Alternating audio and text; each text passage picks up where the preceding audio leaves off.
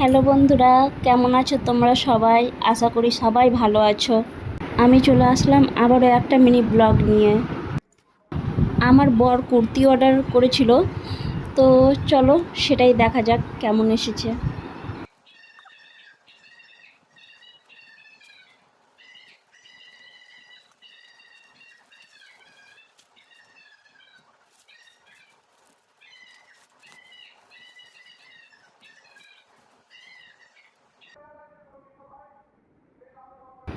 আমার তো ভালোই লেগেছে, তোমাদের কেমন লেগেছে কমেন্টে জানাও।